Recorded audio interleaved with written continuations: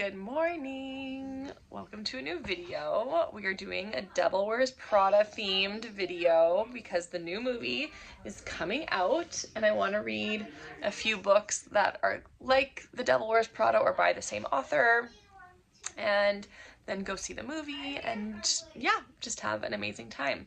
Maybe I'll do like a New York themed meal. I don't know how I would do that, but I'll look into it. Anyway, I started a new book this morning for this vlog. I started two, actually. I started Sweet Bitter by Stephanie Danler. This one here. Read a few pages and DNF'd it quite quickly. I'll read a super 3.33 stars. That's not very high on Goodreads. Newly arrived in New York City, 22-year-old Tess lands a job as a back waiter at a celebrated downtown Manhattan restaurant. What follows is the story of her education in champagne and cocaine, love and lust, dive bars, and fine dining rooms, as she learns to navigate the chaotic, enchanting, punishing life she has chosen. Yeah, I just started reading it, and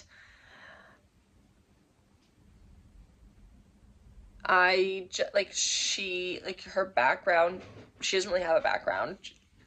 Her mom died, doesn't really have a relationship with her dad, no friends from home. Like, the beginning was just her coming to New York and being like, I have nothing in my past for me. It's all moving forward. And I don't know, I just knew like the partying and the confrontations that are going to happen in the book and the stupid situations she's going to get in. It's just, I don't care to read about that. So then I moved on to Last Night at Chateau Marmont by Lauren Weisberger, the woman who wrote The Devil Wears Prada. And I started reading it, and I'm much more into this one, so I am going to continue. So this one is about Brooke and Julian live a happy life in New York. She's the breadwinner, working 2 jobs, and he's the struggling musician husband. Then Julian is discovered by a Sony exec and becomes an overnight success. Just this camera one. That looks better. Okay. And their lives change forever. Soon they're moving in new circles, going to the trendiest spots in LA. But Julian's newfound fame means that Brooke must face the savage attentions of the ruthless paparazzi. And when a scandalous picture hits the front pages, Brooke's world is turned upside down. Can her marriage survive the events of that fateful night at Chateau Marmont?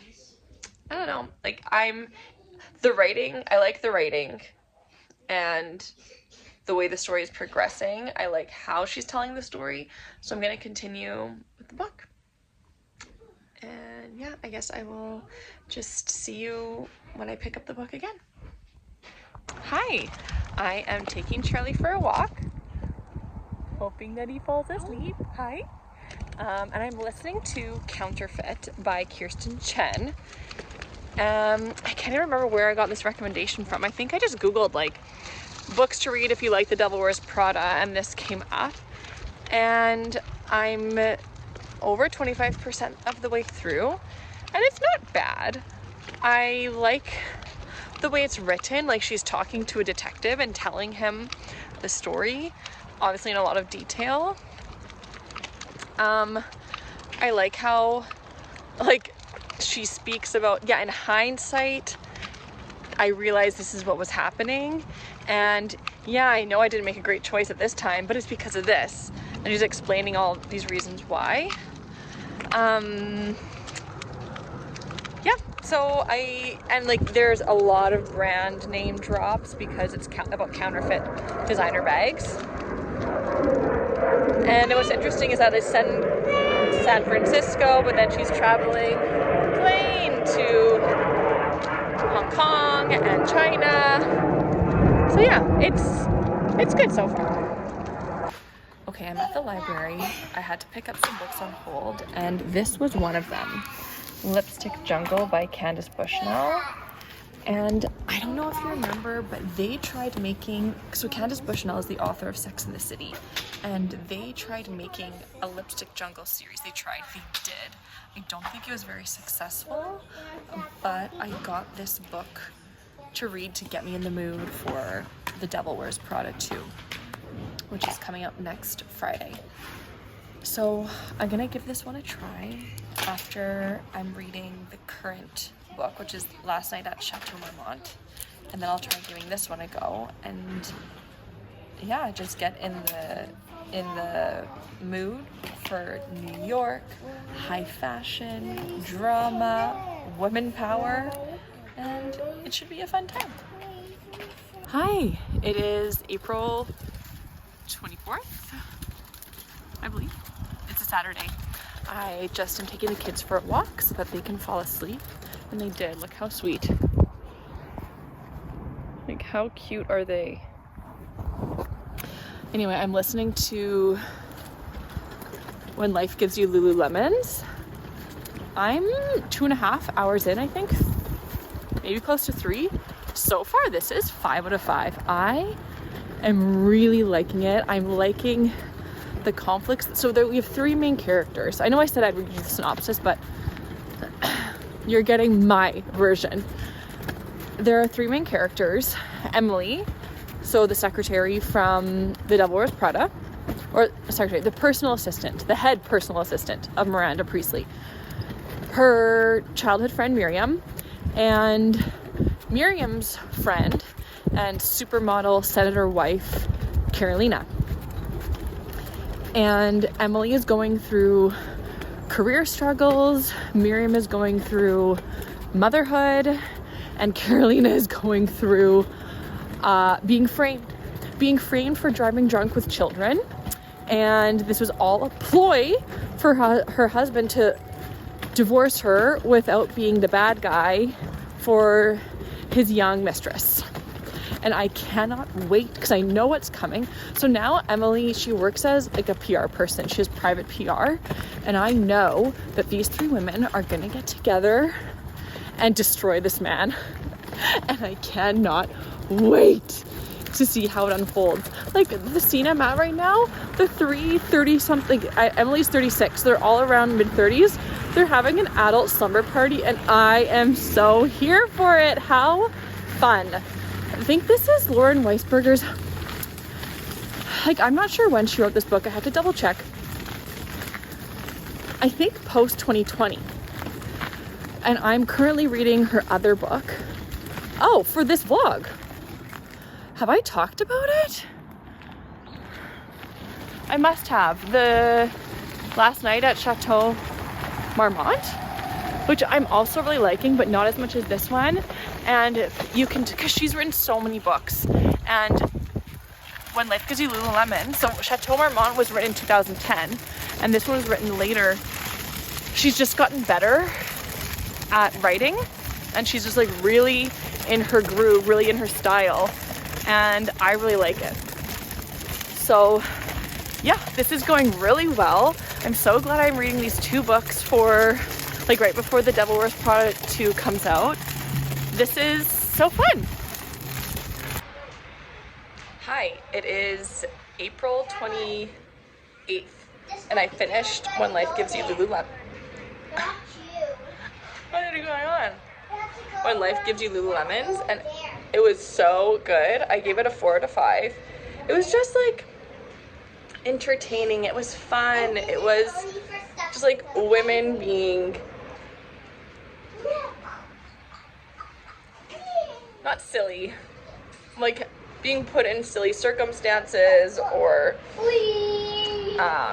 far-fetched circumstances and how they react. And it was posh and glamorous, you know, because it's Lauren Weisberger, it's The Devil Wears Prada.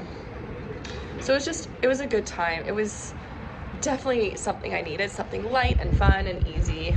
And yeah, so I have that other Lauren Weisberger that I'm reading, and then I'm gonna be ready to go see the movie. Hello from Fort White. We are just here for a walk. We actually had to renew our membership, and today was the last day for us to get 10% off, so we did that. And I just wanted to hop on here and say that I'm gonna DNF. And geese are on your scavenger hunt. There are geese flying. Did you hear them honking? Look, I think they might be flying. No, they're over there. Anyway, you can check out geese because there are geese flying. And I'm gonna DNF last night at Chateau Marmont. I liked the book. I do want to know what happens with the characters, but I just, whenever I think of like, oh, it's time to read, it's like, oh, I have to pick up that book, I'll do this instead. Or I think about like, oh, I'd rather start this book. So that means I'm just not that interested. So I'm DNFing it. And I did download another Lauren Weisberger audiobook just this morning called The Singles Game. So I am going to listen to that for this vlog and let you know how it is. And I think that'll be the last book that I'm doing for this Devil Wears Prada vlog. So yeah, I just needed to fill you in. I thought this would be a nice background here at Fort White. So I will hop back on here when I start the audiobook and I'll read you the synopsis. Hi, I am also returning Lipstick Jungle. Didn't even crack it open, but I'm ending this video. I'm ending this video ASAP, and I'm not gonna have time to read it. Good morning. This is the last day of the Devil Wears Prada vlog. I made breakfast. I am having a Devil Wears Prada inspired food day, well, day in general. I mean, in an ideal world, I would do like a really high fashion outfit for today, but I don't think that's happening. I don't know what I'm wearing yet, but we're starting with breakfast, which is a grilled cheese.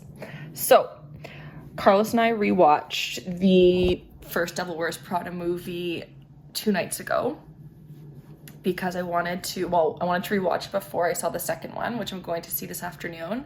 And also I wanted to pull food ideas from the movie to do this whole Devil Wears Prada day.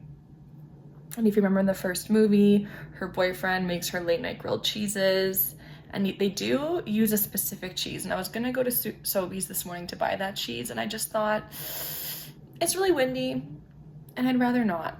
So I'm just using my regular marble cheese here. And yeah, I made dessert for tonight. I'll unveil that when it's dessert time. I've already done that this morning.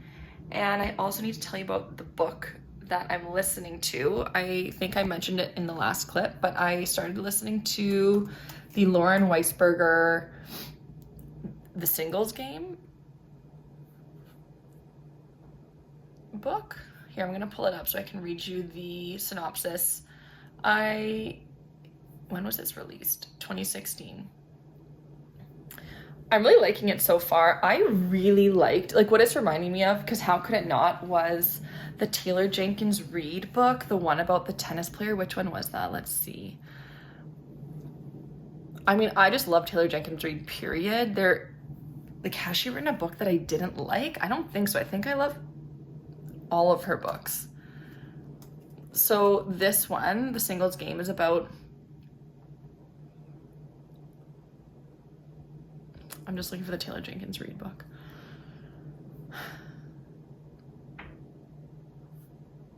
Carrie Soto is back. Yeah, of all of the Taylor Jenkins books I've read, which is many of them, I've given them 5 or 4 stars. Malibu Rising was my least liked at 3 stars. Everything else gets a 4 or 5 from me. I still have 1, 2, 3, 4. No, I have 3 books of hers to read still. So anyway, The Singles Game is kind of like Carrie Soto is back. It's so Charlotte, Charlie Silver, has always been a good girl. She excelled at tennis early, coached by her father, a former player himself, and soon became one of the top juniors in the world. When she leaves UCLA and breaks her boyfriend's heart to turn pro, Charlie joins the world's best athletes who travel 11 months a year, competing without mercy for Grand Slam titles and Page 6 headlines.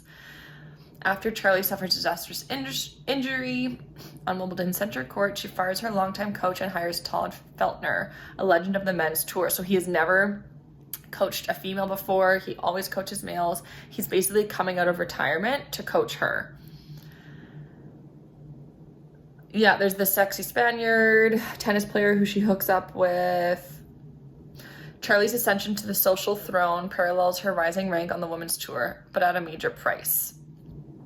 So this is, I'm not going to finish this book today. So if you care to see what I rated it, you'll have to check on my Goodreads later. I think it's going to be a 4. I'm really liking it, just like I really liked When Life Gives You Lululemons. So yeah, I'm going to be listening to that throughout the day while doing my other Devil Wears Prada stuff and going to the mall to see the movie. So I'll just take you along. Okay, I will probably see you next when I make the Miranda Priestley coffee order from the movie. Okay, here is Miranda's coffee order, which is the exact same from the first movie. So a cafe latte, no foam, extra shot espresso, and extra hot skimmed milk. And then I just pulled up over here how to do the Starbucks copycat, or the Starbucks cafe latte. This is not a copycat, this is from the Starbucks website. And this is just 1 shot espresso, 1 cup milk.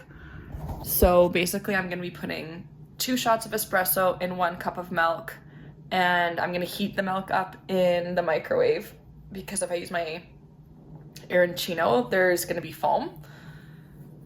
So yeah, super duper easy. I've been drinking decaf coffee in the morning, so I am just gonna be using decaf.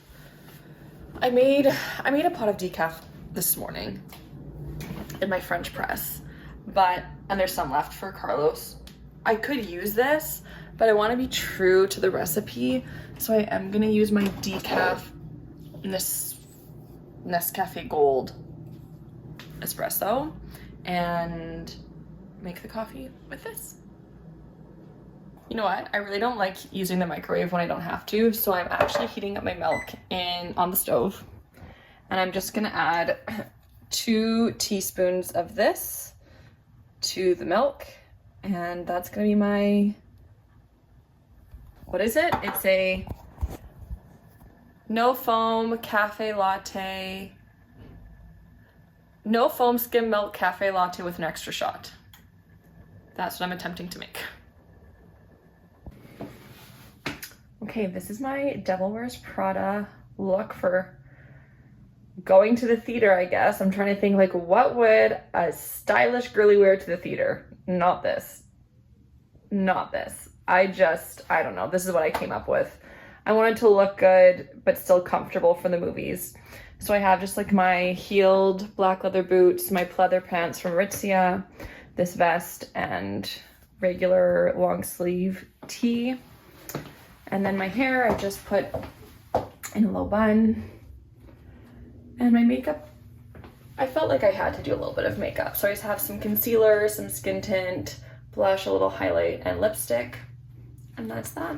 Nothing on the eyes, just my soap brows, and I curled my lashes. And yeah. So now I'm gonna have some lunch. Then I have to do I have to do one specific errand at the mall, and then I'll walk around Winners and McNally until it's time for the movie. I came to McNally. I have 45 minutes until the movie starts, so I'm just gonna do a really nice big browse around here, and then I might go sit down in the theater early and read my book. Doesn't that sound really nice? So yeah, browse and read, and hopefully have a really good time in the movies. Home now, stopped at Sobeys for a few groceries, and gonna make a half decaf, half regular coffee in my mocha pot right now. It's like those little Italian ones. What am I doing in the freezer? So, the movie. I liked it. It was fun. There were quite a few nods to the original one, like bringing back so many actors, which I really liked, and just like Miranda jokingly, like her saying non-PC things and her assistant going like, like you can't say that anymore, and things like that. And then of course the fashion and the glamour and the luxury you know, the makeup and the setting of New York as the backdrop. Like, it was fun. And you know what I really, really loved and appreciated? That there was no sex scene. Oh my gosh, there was nothing sexual. There was nothing, like, no objectifying of women at all. And I loved it. I am just so happy. Like, everywhere, there are half naked people everywhere, and there are sex scenes everywhere. And it was just about the characters and fashion and the shenanigans that were going on. And so do I like it more than the first one? I don't think so. Like, the first one was so iconic. And the thing with the first one is it's an actual story. Whereas this one, you know, I told Carlos when I got home, it was like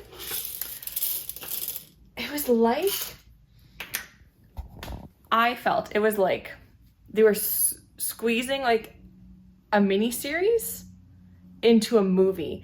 Like, for me, the storylines that were happening and just the things that the characters found themselves in, I felt it more of a TV storyline and more of a TV plot lines instead of an actual movie.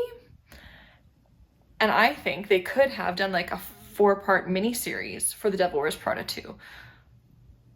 I mean, I would have watched it. I would have been interested. Because there were just like, the movie kept going on and things kept happening. I'm like, when is this going to end? And then it's also kind of like, what is like the main point here? And I guess the main point is Andy saving the magazine. She's hired to save Runway, and in the end, she does. So I guess that is the storyline, and that is the main plot. Yeah, it was a good time. And I've actually been listening to a lot of the Singles Game. Where's my phone? I'm holding my phone in my hand.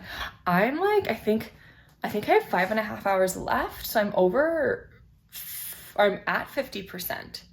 Because this audiobook is like a little over 10 hours. So I'm maybe even more than 50% in. But it's going well. Like I said, not as good as Carrie Soto is back, but still good. And like fun, kind of like we were saying. I guess Lauren Weisberger, her writing is about like these name drops of brands and actors and actresses, this like glamorous lifestyle of the elite. But then there's the focus on tennis, and you know, there are some feminism not storylines, themes in there, and athletes, and yeah, it's just good. All right, I'm gonna make my coffee, and I will see you for my Devil Wears Prada supper. I'm here making my red wine peppercorn sauce for, of course, our ribeye steak. If you remember from the first movie, there's a whole scene when Andy has to run and get Miranda a steak. She brings it back. She sets it out in her office. Then Miranda comes and is like, "What are you doing? I'm going out for lunch." And then Andy takes the steak and throws it in the sink. So we're having ribeye, and I had this recipe for this red wine peppercorn sauce for a really long time, and I thought this was the perfect time to try it. So we're doing that. I opened this cheap inexpensive bottle of Malbec that Denardi sells, and oh my gosh, it's really good. And you know, I bought this because a customer told me that it's a really good Malbec. So that was a great recommendation on the customer's part. And yeah, the Chacabuco, I can't remember the price, but they sell it in like their 6-packs for $80. So I recommend, if you like Malbec and if you like red wine. I mean, it's not like a life-changing red, but for an everyday under 20 and to use for cooking, like, highly recommend. So I will show you our dinner when it's ready, and the best part is going to be dessert. I didn't even say what I popped on here to say. I was thinking more about the movie, And something that I really liked about it is that it was just, there was no agenda. Like I told you earlier, there were like feminism themes, feminist themes, but everything was so subtle. Like there was no big declaration of X, like whatever people are talking about and fighting about nowadays. There was no big declaration of how it's supposed to be. There were subtle little comments, and just like that spoke volumes. It spoke for itself. For example, Miranda and Andy in the car, and Miranda says, "I love working, don't you?" And Andy agrees. And it's like, that's good for them. They are women working, pursuing their passion, and that's awesome. But it's not, it's not done in this like, every woman should work, and if you don't have a career, you're worthless, la la la la la. It was just like, some women like working. They are some of those women. And it was just awesome.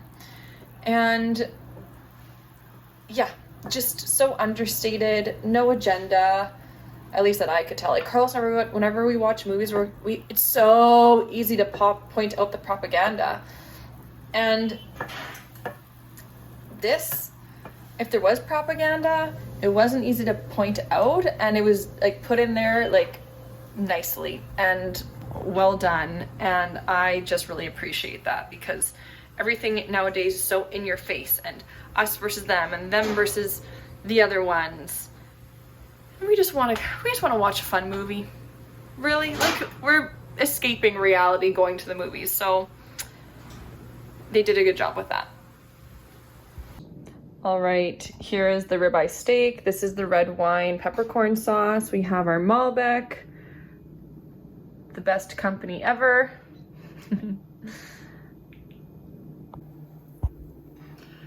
Oh boy.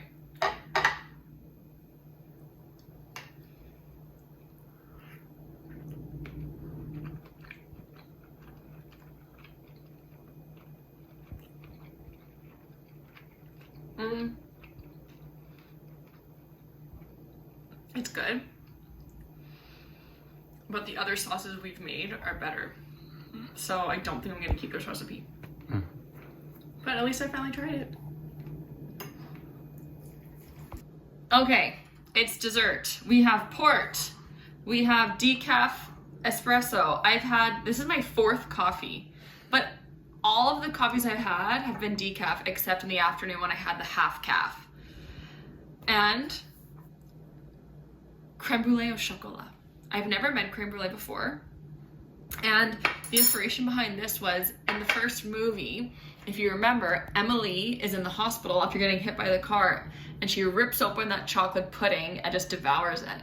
So I thought, okay, I'll make chocolate pudding for dessert.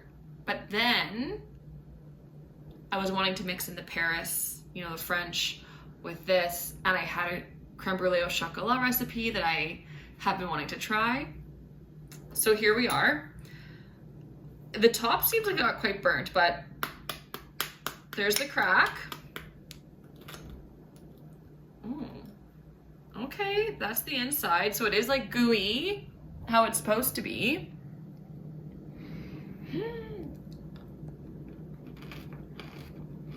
Ooh, that is burnt on the top. Oh, burnt sugar. And it doesn't taste good.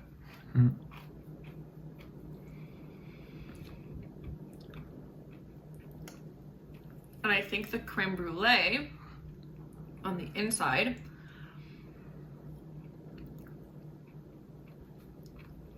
it was also overcooked. Like you can see here, it's like spongy, like moussey, and it's supposed to be creamy all the way throughout, like in the middle. So I guess it was overcooked a little too long. I don't know, man, that burnt sugar is really powerful. I don't know how I feel about this. So overall, the creme brulee was good. I mean, how can you not like creme brulee? However, I do think I would prefer a regular flavored creme brulee than chocolate. But yeah, in the end, It was a really nice evening, and this is where I'm gonna leave you. This is the end of my Devil Wears Prada vlog. It was fun. It was a really good day. It was a really good time reading the books leading up to the day and the movie. It was fun. So I'm glad I did it, and I can't wait to know what the next one is gonna be. There's Practical Magic 2 coming out in September, and I've never even seen the first Practical Magic. So I think I'll do a whole few weeks and a vlog dedicated to that, which will be fun. But anyway, thank you for watching this vlog, and I will see you in the next one. Good night.